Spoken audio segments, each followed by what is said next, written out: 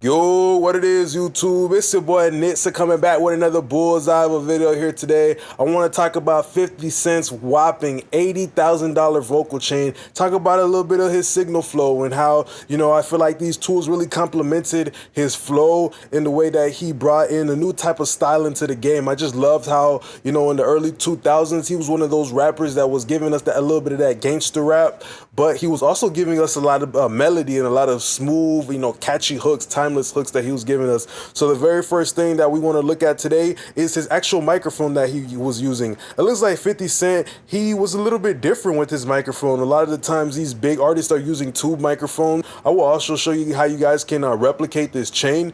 But he was using this microphone and it wasn't a tube microphone, which is a little bit different. So this microphone is very well known for having a very flat mid-range versus the other tube microphones, which give a little boost in the mid-range or some character or some texture. This one is a very flat microphone, but it's very good because it has a lot of presence and a lot of clarity. So it captures all the little nuances of 50 Cent's voice where he was like, like how he does all those little things with his voice where even though he's impacting with his rap lyrics, telling about his hard life in New York, and then he'll switch up to singing. I think this is a very well-balanced microphone that can capture the tonality of somebody like 50 Cent, who has a very impactful voice, a very, you want to put the emphasis on his lyrics and the nuances because that's what helps convey the message, his pain and all the stuff that he went through. So the Neumann U87 is a pretty good microphone. It's not a tube microphone. It has solid state components. It's a fat microphone. A lot of these microphones actually come from like military times in war. Actually, a lot of audio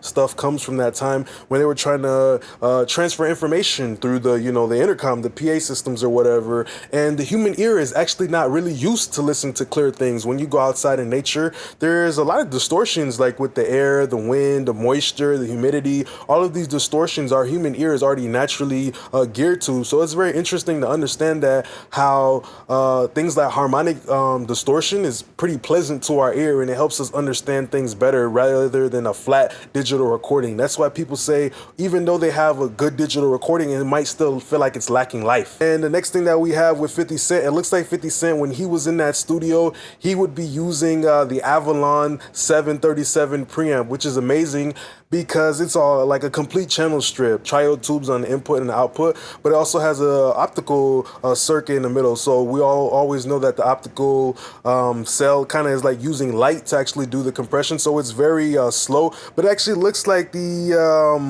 Avalon 737 actually provides us the opportunity to go in there and actually dial our settings. So it would be a little bit more versatile than something like a LA2A or LA3A. And I think it would really complement 50 Cent's voice because it's going to make it sound a little bit creamy, a little bit smooth. And he loves to do his little melodies and sing. If I had the situation like this where I was recording 50 Cent, of course, I probably wouldn't use any EQ on the way in, just because I just want a little bit of compression to get his vocal under control. And that's why you see people using optical compressors a lot. With the professional musicians, they're usually using like a CL1B or something like a LA2A or a 3A or a Tube Tech type of compressor. So that's always very important to know that optical compressors, they just make life a little bit easier. They just get everything under control in the tracking process. So it makes it easier down the line when you're actually mixing the vocal and the rest of the record. And then the next thing that 50 Cent was using, SSL console. So we need to understand how important the SSL console is. Everybody wants to talk about the analog gear, but not necessarily about the whole entire signal flow. We got to understand that the SSL was a huge part of how they were able to get that sound. And the SSL consoles had a sweet spot, so when you were driving it into it at a certain level, it would kind of give you a certain sound, a certain reaction. It would give you that glue. And that was regardless of the actual bus compressor, but kind of like a collective, a sonical, just the glue, like I was saying. And we have, luckily today, we still have those SSL consoles being made. I think Dr. Dre is one of the most underrated engineers of all time. People say he's a producer, which he really is, but his actual engineering work, how he was making the beats and the vocal sound is amazing. And there's not really much out there in regards to how Dr. Dre was going about doing his actual mixing on the SSL console. So I'll try to dive into it a little bit more. The only person we really have to tell us these things is more like Mixed by Ali, who was mentored by Dr. Dre. So let's look at how we could replicate this vibe into a UAD console, right? So what we would have right here is I would use the Townsend microphone and pull up the emulation of the 87. So that's why the Townsend microphone is so amazing, because it lets you model so many different timeless classic microphones and gives you a very versatile microphone that you can use to track people who have different voices and different kind of like tonal aspects and frequencies inside their voice.